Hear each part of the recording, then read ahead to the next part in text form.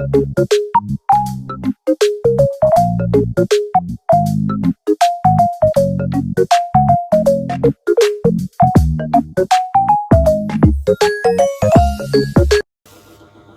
hidup, ada masa di mana penuh dengan keraguan dan kecemasan, terutama saat menghadapi keputusan besar seperti pernikahan.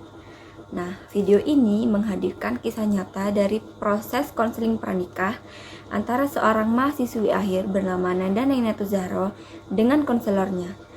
Dalam sesi ini, Nanda berbagi tentang tekanan yang ia rasakan menjelang hari pernikahan, seperti keraguan, konflik batin, hingga gejala fisik dari kecemasan yang mengganggu.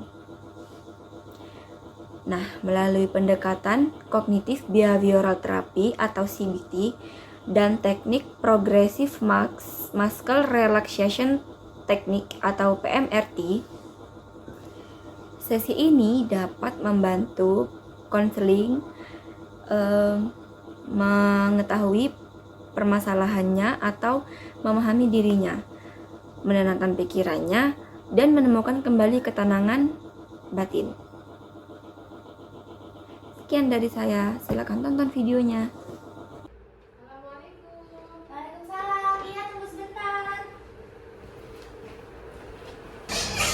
Ya, silakan masuk, Mbak. Silakan duduk, Mbak. Ini saya lanjut dulu ya.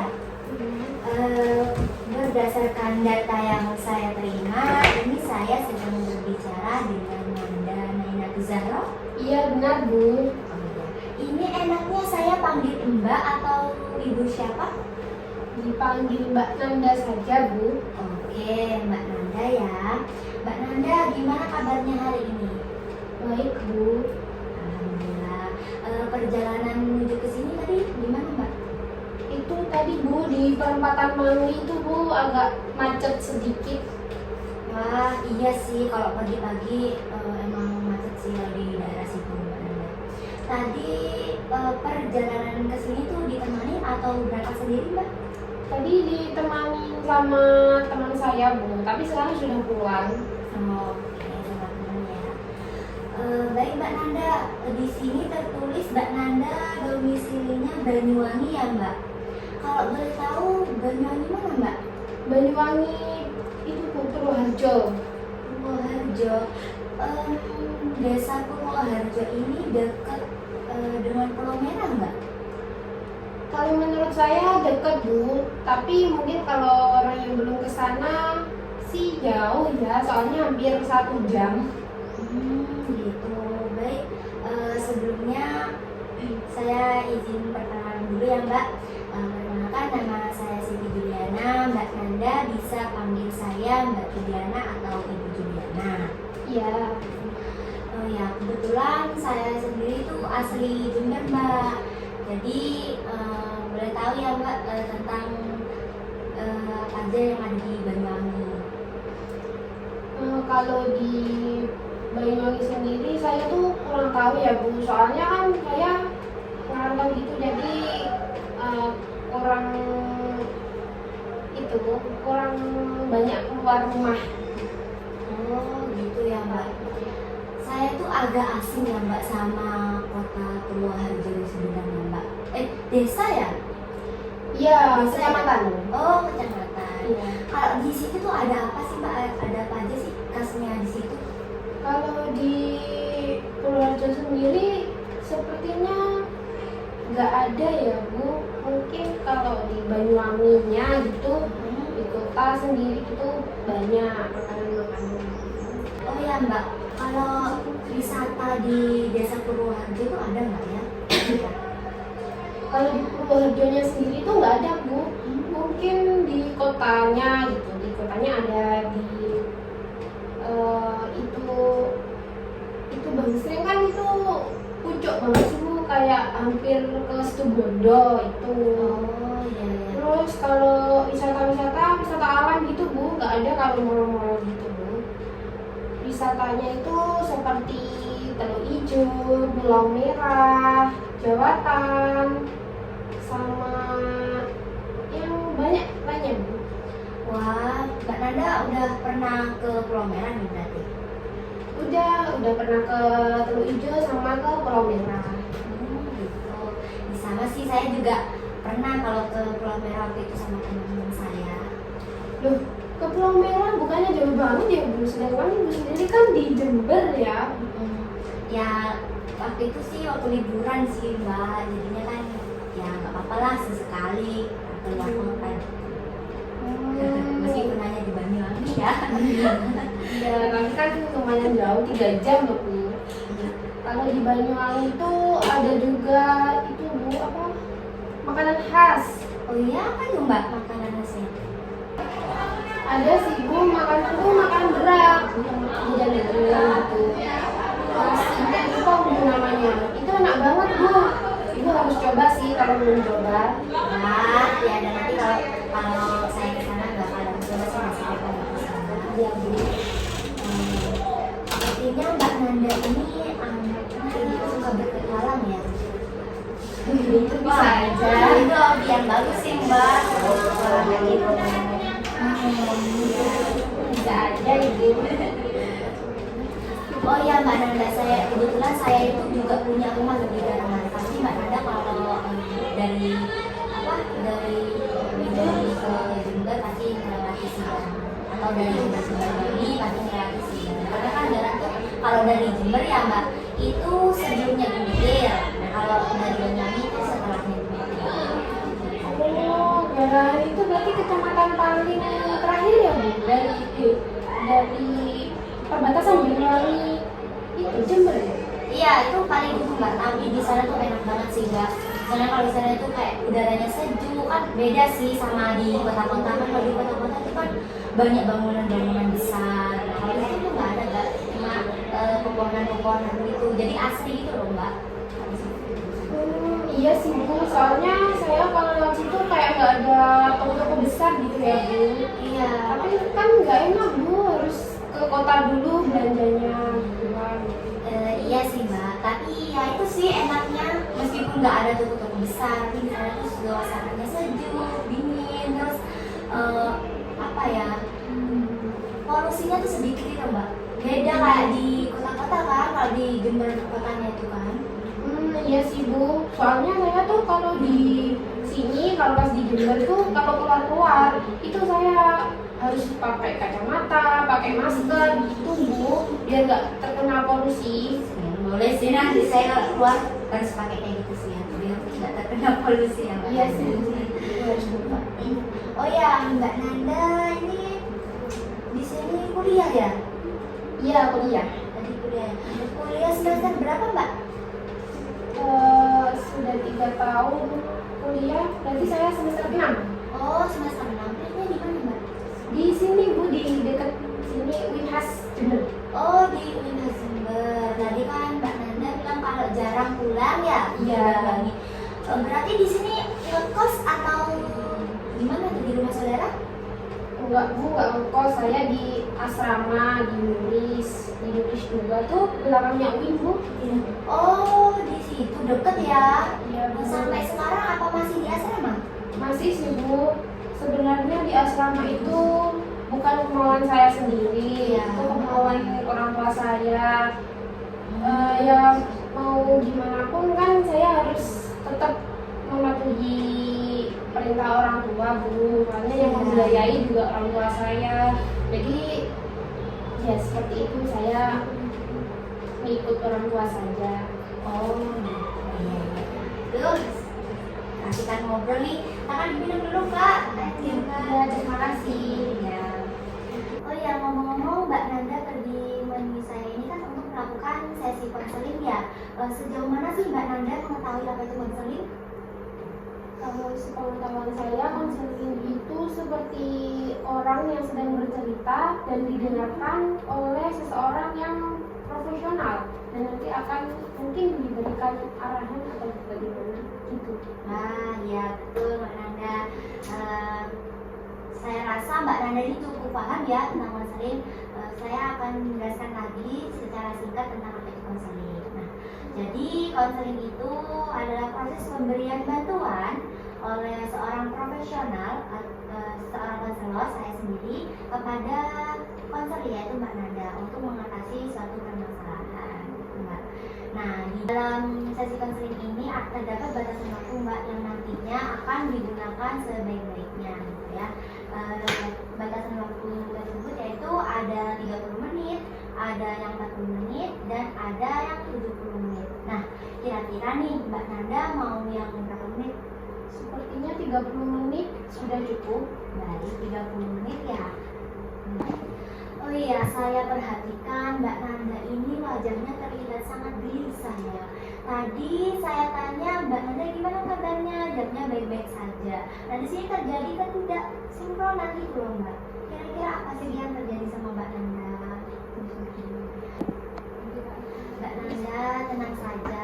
Di sini Mbak Nanda bisa memegang kepercayaan dengan saya atas dasar kode etik yang saya punya. Mbak Nanda ini boleh banget cerita apa saja yang sedang Mbak Nanda alami pada saya. Dan jika saya ini teman cerita, teman besar, nah setidaknya saya itu memegang asas kerahasiaan, Mbak. Dan di sini tuh ada yang namanya asas kerahasiaan gitu. Jadi Mbak Nanda nggak perlu khawatir jika Mbak Nanda mau menceritakan semua permasalahan yang sedang Mbak Nanda alami. Iya Bu, jujur ya Bu, saya sebenarnya sedang mengalami kegelisahan dan itu membuat saya sangat capek secara mental saya Bu. Oh gitu. Kira-kira apa sih yang mengganggu pikiran Mbak Nanda? Saya itu kan mahasiswa dan saya akan menikah 3 bulan yang akan datang. Tetapi makin dekat dengan hari H, saya itu kayak semakin ragu gitu Bu. Saya lebih ragu dan mungkin saya bingung gitu Bu, saya harus gimana gitu. Oh, apa sih yang membuat Mbak Nanda ini ragu dan takut? Sesudah saya menikah gitu ya Bu, takutnya saya itu tuh saya akan disuruh untuk berhenti kuliah Bu. Sedangkan kan saya masih semester 6 dan 1 tahun lagi itu saya akan lulus Bu. Oh iya. Insya Allah. Tetapi orang mertua saya itu takut saya meminta untuk saya berhenti kuliah. Oh iya, gitu ya Mbak. Saya bisa paham sih kalau misalkan permasalahan Mbak Nanda yang tadi Mbak Nanda ceritakan itu membuat Mbak Nanda merasa cemas, merasa ragu dan takut. Nah, apakah perasaan tersebut mengganggu fisik Mbak Nanda? Ya, saya lebih ke itu susah tidur, jika saya kepikiran gitu ya Bu. Saya tuh kayak gelisah, susah tidur sehingga mengganggu waktu istirahat saya. Jadi kayak Bu, kalau kepikiran itu otot-otot di badan saya tuh kayak terasa tegang gitu Bu. Oh gitu. Itu adalah reaksi tubuh karena tekanan Mbak. Nah, jadi bukan karena stres. Nah, di sini tuh saya menerapkan teknik ya Mbak. Ada namanya teknik relaksasi yang bisa bantu Mbak Nanda, namanya teknik PMRT. Nah, apakah Mbak Nanda sebelumnya pernah dengar atau pernah tahu teknik tersebut? Belum pernah dengar sama sekali Bu. Oh, ya Mbak. Oke, jadi teknik PMRT itu adalah teknik relaksasi yang membantu untuk mengenali ketegangan otot dan melepaskannya secara bertahap. Gitu Mbak Nanda. Apakah Mbak Nanda mau mencobanya sekarang? Boleh sih Bu. Oh, baik. Kita mulai dari pernafasan dulu ya Mbak Nanda. Nah, Ya, Mbak. jadi Mbak Nanda bisa tarik nafas. Saya penjelasan dulu nih ya. Nah, Mbak Nanda bisa tarik nafas melalui hidung selama 5 detik dan tahan nafas. Kemudian Mbak Nanda bisa keluarkan itu melalui mulut. Nah, mau coba sekarang Kak? Boleh Bu. Oke Mbak Nanda, sekarang tarik nafas dulu melalui hidung, keluarkan. Tarik nafas lagi, keluarkan. Tarik nafas lagi, keluarkan. Nah, seperti itu ya Mbak Nanda. Nah, nanti itu dilakukan sehari sih, dilakukan 2 sampai 3 kali. Itulah. Sewaktu itu ya Bu. Pokok kalau Mbak Nanda merasa cemas, itu lakukan dah gitu ya. Nah, Iya, kemudian untuk daya tangan, ini Mbak Nanda bisa gini, tangannya. Oke, ini. Tahan selama 10 detik. Kalau udah dirasa 10 detik, lepaskan secara perlahan, Mbak Nanda. Nah, itu. Akan lagi 10 detik ya. Terus lepaskan secara perlahan. Nah, itu juga dilakukan sebanyak 2 sampai 3 kali di saat Mbak Nanda merasa cemas. Gitu ya Mbak Nanda. Baik Mbak Nanda, mengingat waktunya sudah 30 menit, waktu sudah habis. Di sesi berikutnya kita akan mencoba nih bahas pikiran-pikiran negatif yang akan muncul terkait pembahasan Mbak Nanda, pernikahan Mbak Nanda. Itu kan Mbak Nanda tadi kan merasa kepikiran kan tadi ya, cemas dan takut, ragu juga kan. Nah, nanti kita bahas itu di sesi berikutnya Mbak Nanda. Iya Bu. Baik, apa ada yang mau ditanyakan lagi Mbak Nanda? Sepertinya sudah cukup paham Bu. Baik Mbak Nanda, jangan lupa ya untuk teknik PMAT-nya tetap dilaksanakan di setiap hari ya. Iya Bu. Biar Mbak Nanda juga tidak merasa cemas lagi nih untuk kedepannya ya. Iya Bu. Baik. Baik, kalau seperti itu terima kasih Mbak Nanda udah melaksanakan sesi counseling pada pagi hari ini. Kita nanti bertemu lagi ya di minggu depan ya Mbak Nanda. Ya, sepertinya saya bisa. Baik. Baik, terima kasih ya Mbak Nanda. Ya, sama-sama Bu. Oke guys, kita lanjut sesi 2 ya. Iya. Waalaikumsalam. Tunggu sebentar. Wah, Mbak Nanda, silakan masuk Mbak. Mari Mbak. Silakan duduk Mbak Nanda. Gimana nih kabarnya hari ini Mbak Nanda? Alhamdulillah baik Bu. Gimana perkembangannya dari sesi konseling kemarin Mbak Nanda? Oh, jauh lebih tenang Bu sayanya. Oh, alhamdulillah, bagus ya kalau gitu. Apakah ada hal-hal tertentu atau hal lain yang sering muncul mungkin Mbak Nanda? Kalau yang itu sih masih Bu, saya masih sering kepikiran saya jadi nikah atau enggak. Saya belum itu Bu, kayak masih bingung mau ceritanya ke ibu saya dan pasangan saya. Ketika ketika pikiran itu muncul ya Mbak Nanda, apa sih yang Mbak Nanda rasakan pada tubuh Mbak Nanda? Saya itu merasa seperti kayak sering nangis gitu Bu, kayak kalau pikiran saya kayak bingung banget gitu ya Bu. Biasanya malah bukan itu yang bisa tahu, cuman setelah itu kan saya relax, tapi saya itu Bu lebih ke nangis gitu. Oh, itu ini Mbak Nanda, itu adalah pola yang bisa disebut dengan coping pasif. Nah, dalam konseling ini kita menggunakan pendekatan yang namanya CBT. Nah, CBT ini adalah Cognitive Behavior Therapy. Sebelumnya apakah Mbak Nanda sudah mengenal apa itu CBT? Belum sama sekali. Gitu.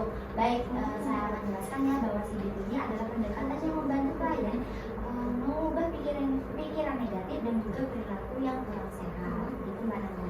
Jadi bukan cuma ini ya, bukan cuma mengubah cara berpikir, tapi bagaimana kita bertindak untuk kedepannya. Seperti itu Mbak Nanda. Misalnya nih, dari yang diam dan menghindar, jadi lebih berani untuk menyampaikan apa yang kita rasakan. Gitu Mbak Nanda. Pertama kita ubah self-talk negatifmu nih. Tadi kan Mbak Nanda bilang kan ya, saya pasti gagal, nanti diganti jadi apa Mbak Nanda? Saya sedang belajar menjadi pasangan yang baik. Bagus, sekarang kita masuk ke tindakan ya Mbak Nanda. Tadi Mbak Nanda cerita bahwasanya keluarga dari calon suami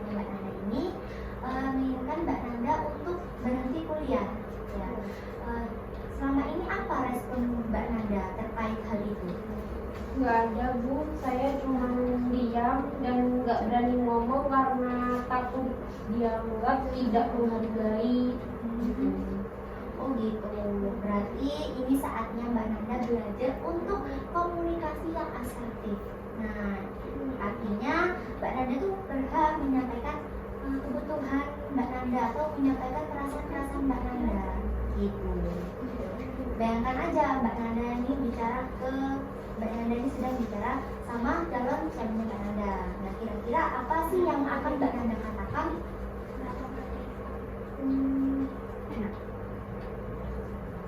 Aku ngerti keluargamu ingin aku fokus di rumah, tapi aku juga ingin menyelesaikan kuliah.